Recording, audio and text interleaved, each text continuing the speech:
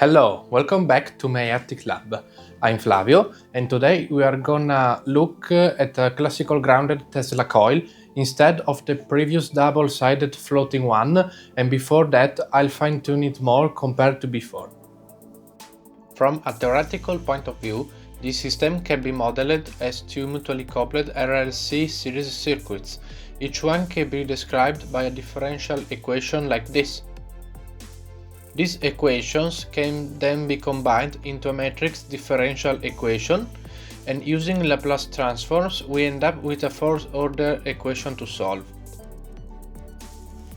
Yes, it can be solved, but the informations we are going to extract are the approximate resonance frequency of the full apparatus, the self-capacitance formula and the power formula.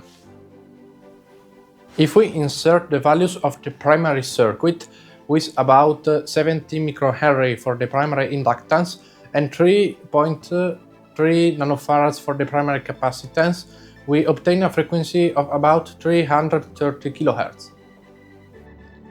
When checking the secondary coil, its resonance frequency turns out to be higher than this value, so there is a clear mismatch.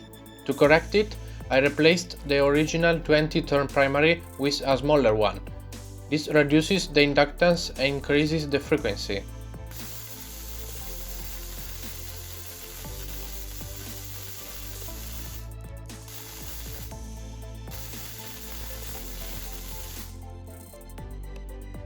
Now let's talk about the other big difference compared to before.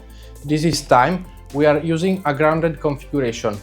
I'm in an attic, I don't have access to earth ground, so I use a large metal plate as a dummy ground.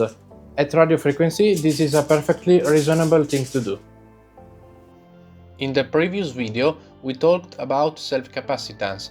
A single metal object already has capacitance with respect to the environment. Now the question is, what happens when we connect two distant metal objects, one small and one much larger? In this case, the effective capacitance of the system is given by this formula.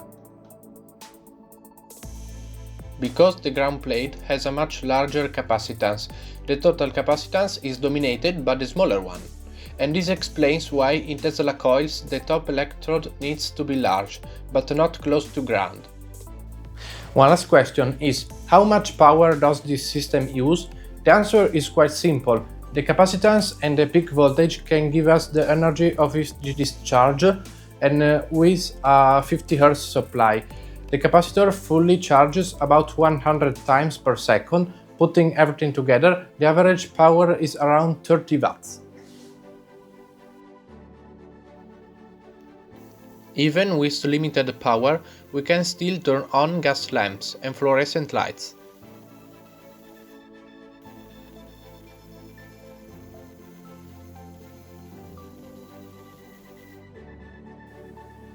I think that for today this is enough. I hope you enjoyed the video. Feel free to comment and we'll see each other again. See ya!